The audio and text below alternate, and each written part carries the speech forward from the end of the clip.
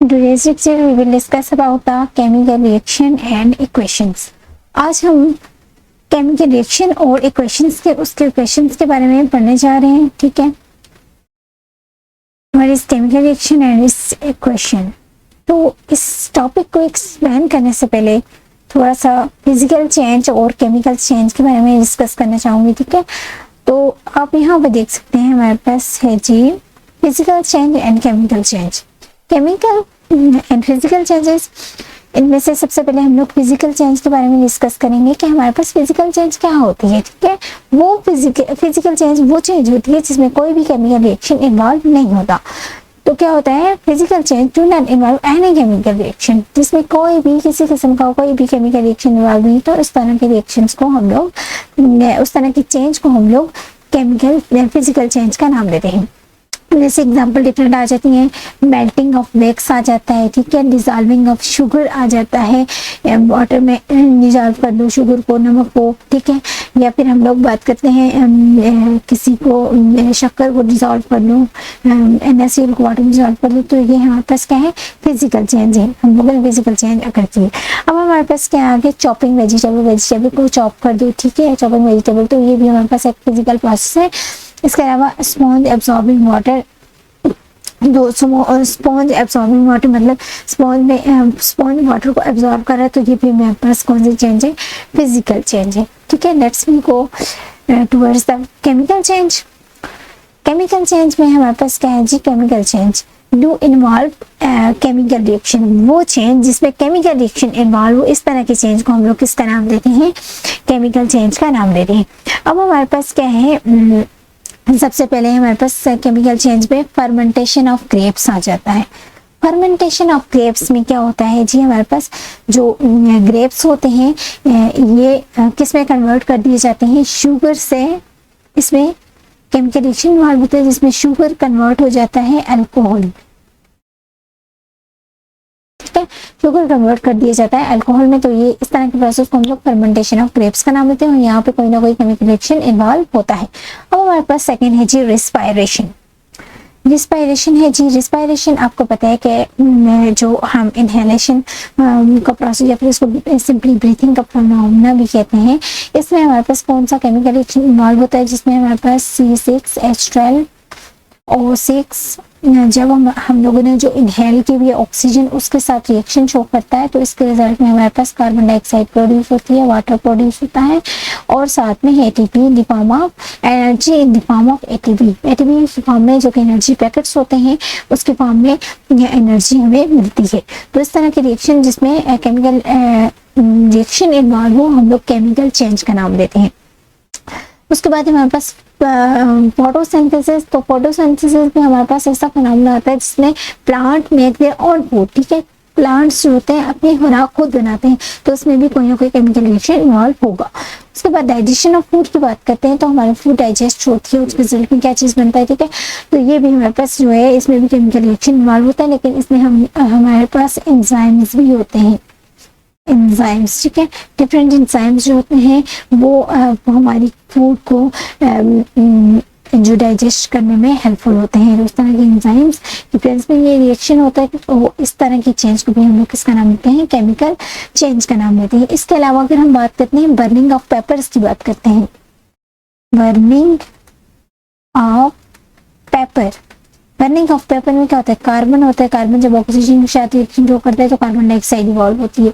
ठीक है, तो ये हमारे पास क्या है, कुछ केमिकल चेंजेस थी जिनमें केमिकल रिएक्शन इन्वॉल्व होता था. अब हम बात करते हैं हमारे पास कुछ वेरियस थिंग हैपन होती हैं केमिकल रिएक्शन में. केमिकल रिएक्शन हमें क्या पता है कि कहाँ पे केमिकल रिएक्शन इन्वॉल्व हो रहा है. ठीक है, तो उसमें कोई ना कोई चेंजेस आएंगे. तो क्या होता है, सबसे पहले हम बात करते हैं change in state. Change in state का मतलब है क्या है, हमारे पास हम लोगों ने दो चीज़ों का रिएक्शन कर दो सॉल्व थी. अब हमारे पास क्या चीज़ इवॉल्व हो रही है, गैस इवॉल्व हो रही है. इसका मतलब यहाँ पे कोई केमिकल रिएक्शन इन्वॉल्व हुआ है, कोई ना कोई केमिकल रिएक्शन परफॉर्म हुआ है. ठीक है, जिसके रिजल्ट में हमारे पास क्या चीज़ इवॉल्व हो रही है, गैस इवॉल्व हो रही है.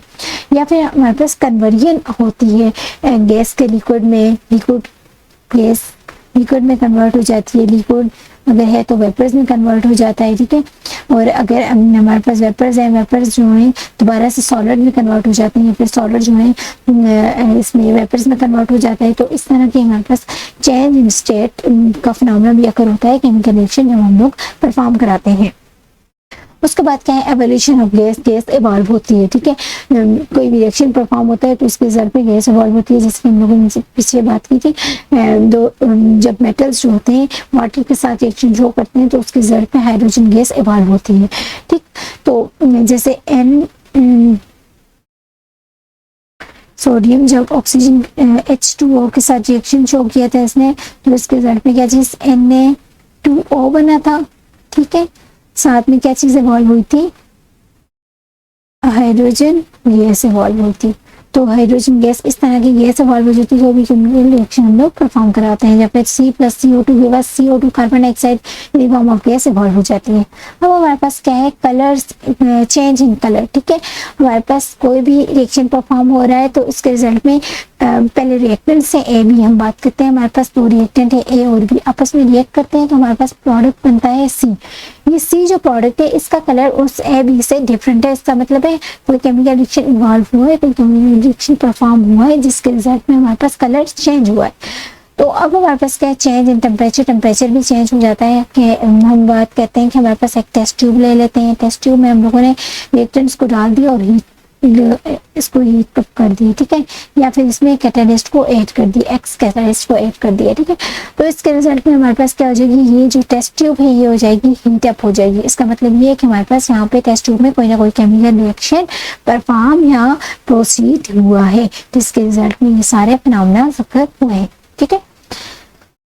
अब है जी हमारे पास, अब हमारे पास दो तरह की एक केमिकल रिएक्शन होता है, केमिकल रिएक्शन होता है, ठीक है। और एक हमारे पास होता है जी केमिकल इक्वेशन। एक है हमारे पास, एक है जी केमिकल रिएक्शन और एक है केमिकल इक्वेशन। तो हम बात करते हैं कि केमिकल रिएक्शन क्या होता है। केमिकल रिएक्शन जो होता है हमारे पास वो इंट्रैक्शन ऑफ रिएक्टेंट सब्सटेंस होता है, ठीक है। रिएक्टेंट सब्सटेंस के दरमियान में इंट्रैक्शन होता है या फिर interaction between chemicals, interaction between chemicals to form new chemicals, ठीक है। रिएक्शन के दरमियान में इंट्रैक्शन होता है ए बी, ठीक है। केमिकल्स के दरमियान में इंट्रैक्शन होता है जिसके रिजल्ट में हमारे पास प्रोडक्ट बनता है, वो भी केमिकल बनता है, ठीक है।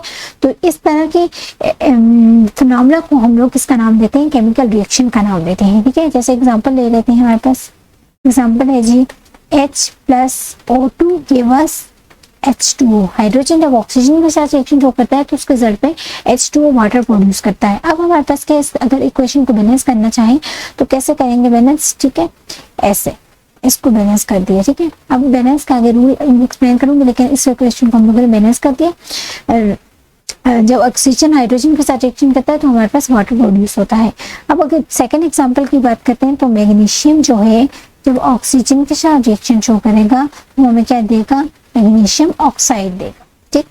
इस रिएक्शन को भी बैलेंस कर दिया, मैग्नीशियम ऑक्साइड प्रोवाइड करेगा। तो ये हमारे पास होता है केमिकल रिएक्शन। केमिकल रिएक्शन में हम लोगों ने बताया है कि इंट्रैक्शन होता है केमिकल स्पीशीज के दरमियान में और जिसके रिजल्ट में एक न्यू स्पीशीज बनती है वो भी केमिकल ही होती है। तो इस तरह के इंट्रैक्शन को हम लोग या फिर इस तरह के फिनोमेना को केमिकल रिएक्शन का नाम देते हैं, ठीक है। उसके बाद है हमारे पास केमिकल इक्वेशन।